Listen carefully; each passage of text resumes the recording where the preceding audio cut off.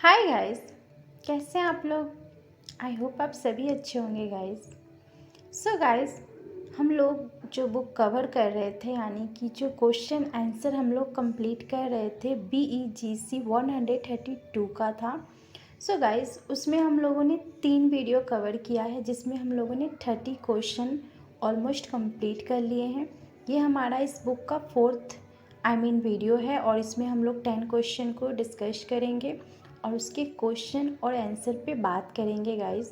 सो हम स्टार्ट करते हैं हमारा फर्स्ट क्वेश्चन जो है इस वीडियो का। ओके। सो हमारा जो फर्स्ट क्वेश्चन है, Swarnalata is presented as the new women in Tilottama Mishra novel Swarnalata. Okay, तो ये हमारा फर्स्ट क्वेश्चन है। ओके गाइस, सो हमारा जो फर्स्ट क्वेश्चन है तो इसका हिंदी होगा कि तिलोत्तमा जो मिश्रा जी हैं यानी कि स्वर्णलता को एक नई महिला के रूप में उन्होंने प्रस्तुत किया है। और वो कौन से उपन्यास में? वो है मिश्रा जी का जो उपन्यास है स्वर्णलता, उसमें। तो उसी को आपको लिखना है कि उन्होंने एक नई महिला के रूप में उन्होंने तिलोत्तमा मिश्रा को प्रस्तुत किया है, उसी को आपको लिखना है गाइस। सो यहाँ से आपके आंसर स्टार्ट है। आई होप आप देख पा रहे हो। इन स्वर्णलता से स्टार्ट है हमारा ये आंसर। ओके। सो और आगे है, आप इसको देख सकते हो। सो और भी है गाइस। सो गाइस, ये उसके बाद यानी उसी क्वेश्चन का आंसर है और आगे भी है। यहाँ पर हमारा ये आंसर स्टॉप है हर तक। ओके, तो ये हमारा फर्स्ट आंसर जो है वो कंप्लीट हो गया हमारा फर्स्ट क्वेश्चन का। अब हमारा नेक्स्ट क्वेश्चन यानी कि जो सेकंड वाला है उसको हम लोग देखते हैं। तो हमारा जो सेकंड क्वेश्चन है गाइस वो है, Tilottama Mishra present the problems and concern of the middle class Indian women in the dawn of Indian renaissance in her novel Swarnalata discuss. Okay, so हमारा ये जो क्वेश्चन है सेकंड वाला, इसमें आपको लिखना है कि जो तिलोत्तमा मिश्रा जी जो है उन्होंने अपने उपन्यास यानी उनका जो नोवेल है स्वर्णलता में भारतीय पुनर्जागरण की जो शुरुआत में मध्य वर्ग की जो भारतीय महिला थी उनकी समस्या और चिंताओं को प्रस्तुत किया है। तो उसी को आपको लिखना है इस क्वेश्चन में। ओके, सो यहाँ से आपके इसके आंसर स्टार्ट है गाइस, आप देख सकते हो। ओके, और भी है, आप देख लो अच्छे से, मैं स्लो करके इसको कर रही हूँ। ओके, सो यहाँ तक है।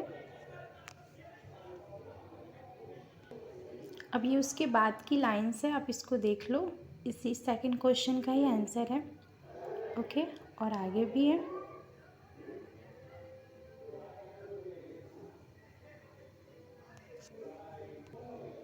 और भी है, यहाँ तक है और उसके बाद भी है, आप इसको मैं दिखा रही हूँ आपको। और ये उसके यानी कि सेकंड क्वेश्चन का ही ये आगे का आंसर है गाइस। सो गाइस, यहाँ पर उसके बाद यहाँ पर स्टॉप है, ये थोड़ा लॉन्ग है। ओके, सो ये हमारा सेकंड क्वेश्चन का आंसर यहाँ तक है, सेम तक ये स्टॉप है। ओके, अब हम नेक्स्ट क्वेश्चन यानी कि थर्ड वाला क्वेश्चन देखेंगे। सो गाइज, हमारा जो थर्ड क्वेश्चन है यहाँ पर दिया गया है, in spite of importance of a modern school education for in new women the central place of the educate woman was still at home and Swarnlata depicts that discuss। Okay, तो ये हमारा third question है। इसका answer आपको लिखना है, यानी ये जो क्वेश्चन है इसमें आपको लिखना है कि क्वेश्चन में पहले समझा दे रही हूँ कि एक नई महिलाओं के लिए एक आधुनिक स्कूल शिक्षा के महत्व के बावजूद शिक्षित जो महिलाएं होती थी उनका केंद्रीय स्थान अभी भी घर पर था और स्वर्णलता उस पर चर्चा करती हैं। यानी कि आपको लिखना है कि उस समय की जो जो महिलाएं शिक्षित भी थी फिर भी उनका स्थान जो था वो घर तक ही था, यानी कि उन्हें उस समय भी बाहर जाने की उतनी अनुमति नहीं थी। तो उसी चीज़ को इन्होंने अपनी जो नॉवेल्स है स्वर्णलता उसमें इन्होंने चर्चा की है। तो उसी के ऊपर आपको लिखना है इस क्वेश्चन में। ओके, सो यहाँ से आपके आंसर स्टार्ट है गाइस, आप देख लो। द शिफ्ट फॉर्म से है। ओके, यहाँ से आपके हैं। आई होप आपको दिख रहा है, आई थिंक। ओके, तो यहाँ से इसका आंसर स्टार्ट है, आप देख लो। ओके, तो आई होप आपको दिख रहा है ये पूरा। अब हम लोग इसके बाद यानी कि और भी है इसका आंसर, यहाँ तक है। और इसके बाद का यानी कि इसी जो हमारा थर्ड वाला जो क्वेश्चन था यानी कि तीसरा नंबर, उसके बाद का ये आंसर है, आप देख लो। और आगे है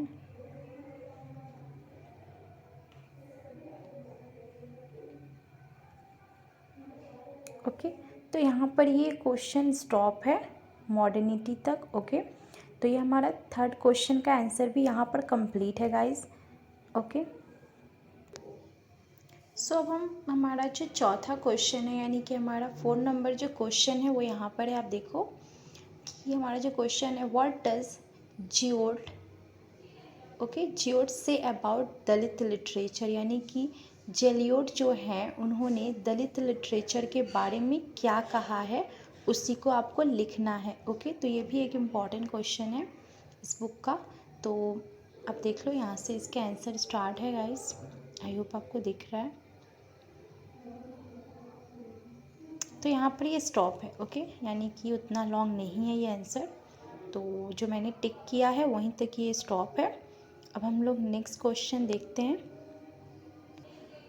सो गाइज, अब हमारा 5 नंबर जो क्वेश्चन है वो भी बहुत इम्पॉर्टेंट है, और इस चैप्टर में आप करोगे तो इसमें इनके जीवनी के बारे में बहुत अच्छे से दिया गया है, इनकी पोइट्री के बारे में।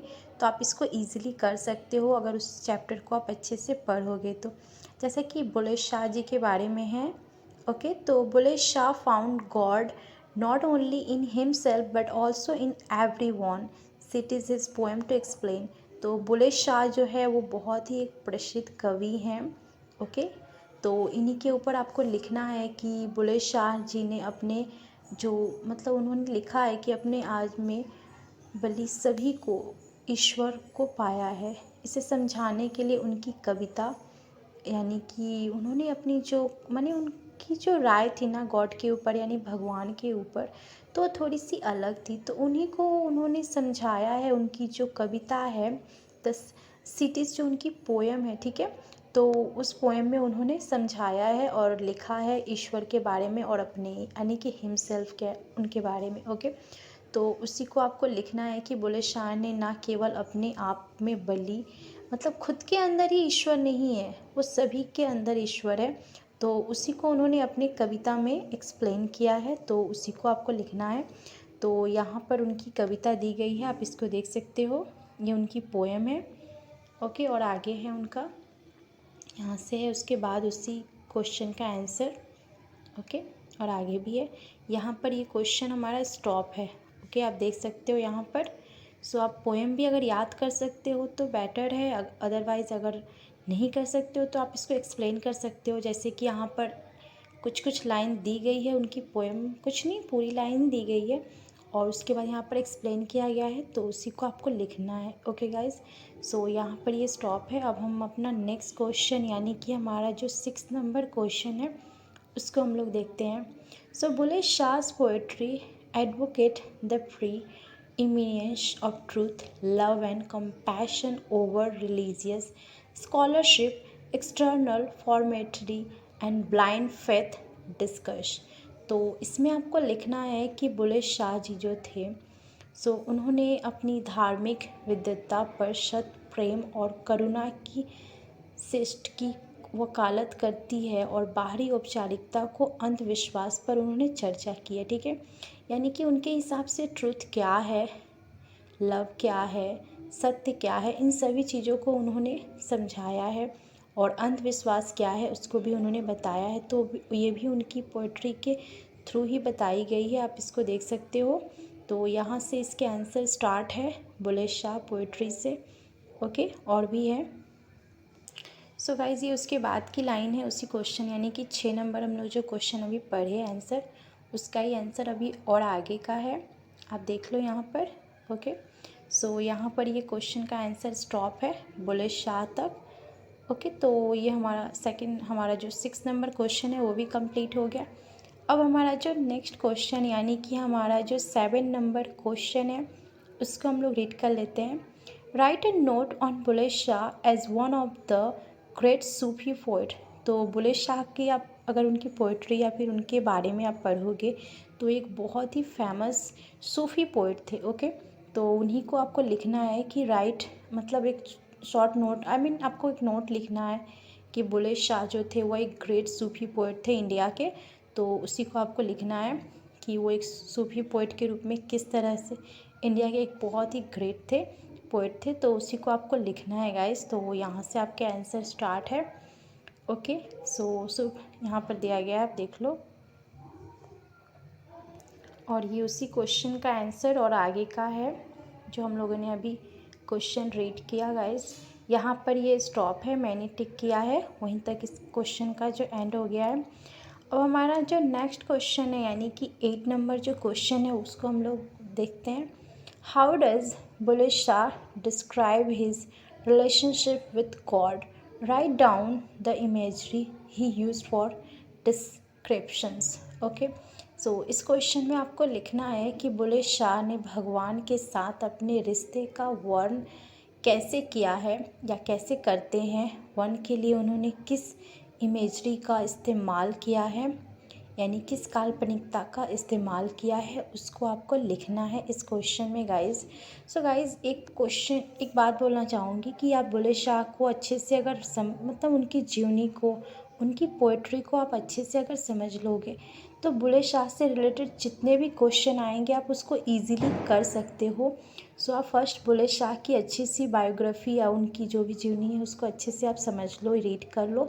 तो आई थिंक आप अच्छे से इनके जितने भी क्वेश्चंस आंसर है उसको आप इजीली कर सकते हो गाइस। सो ये रहा आपका ये जो क्वेश्चन है। अब हम लोग इस पे आते हैं।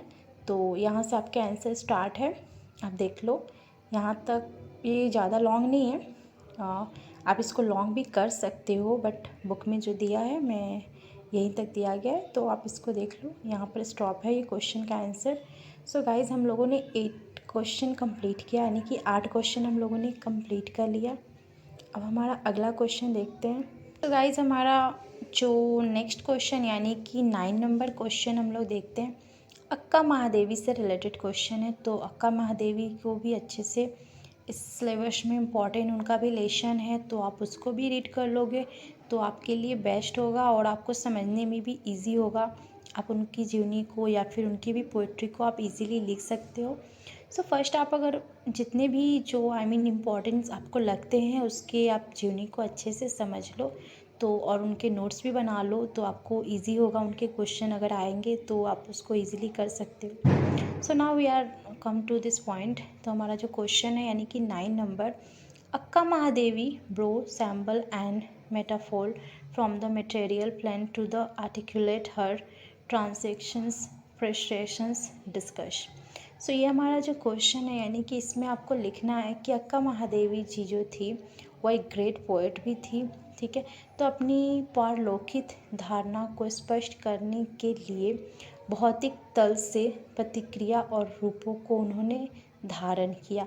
तो अक्का महादेवी की आप जीवनी को पढ़ोगी ना तो उनकी लाइफ बहुत ही अलग थी, यानी कि वो ये सब जो रूल्स वगैरह होते हैं उनको एक भी नहीं फॉलो करती थी, और वो बस वो शिव जी की बहुत बड़ी भक्त थी और उनको ही वो अपना पति मानती थी। तो इस तरह से उनकी जीवनी है, बहुत लॉन्ग है, आप उनको पढ़ोगे तो आपको बहुत अच्छा लगेगा। सो गाइस, इसी को आपको लिखना है। ओके, अब ये उसके आगे की आंसर है, यानी उसी क्वेश्चन का आंसर, और यहाँ तक है, लिटरेचर 2 तक है, आप यहाँ तक देख लो। यानी कि हमारा 9 नंबर क्वेश्चन कंप्लीट हो गया गाइस। अब हमारा जो लास्ट क्वेश्चन यानी कि हमारा जो 10 नंबर क्वेश्चन है उसको हम लोग देख लेते हैं गाइस। सो हमारा 10 नंबर जो क्वेश्चन है वो है, there is the products at the heart of Akka Mahadevi's mystical vision as the used all desires and attachments on the spiritual plan explain। Okay, so ये हमारा क्वेश्चन दिया गया है, यानी कि आपको इसमें लिखना है कि जो अक्का महादेवी जी जो थी उनकी रहस्यवाद दृष्टि के केंद्र में एक विरोध भाव, और क्योंकि उन्होंने आध्यात्मिक सतह पर सभी इच्छाओं और लगाव का इस्तेमाल किया, ठीक है। तो उसी को आपको लिखना है। तो यहाँ से आपके आंसर स्टार्ट है, आप देख लो। ओके, सो मैं इसको स्लो करके कर रही हूँ। सो गाइज यहाँ पर ये आंसर स्टॉप है, आप देख लो अच्छे से। आई होप आपको दिख रहा है ये जो क्वेश्चन है। सो गाइज़ हमने 10 क्वेश्चंस आज की वीडियो में भी कंप्लीट किया। सो इस बुक से हम लोगों ने आई थिंक 40 यानी कि 40 क्वेश्चन हम लोगों ने कंप्लीट कर लिया है। अब बाकी हम लोग 1 या 2 वीडियो करेंगे तो आई थिंक हमारा ये जो बुक का जो इम्पोर्टेंट टाइप जो क्वेश्चंस है वो कंप्लीट हो जाएंगे guys. So thank you guys, thanks for watching this video and bye.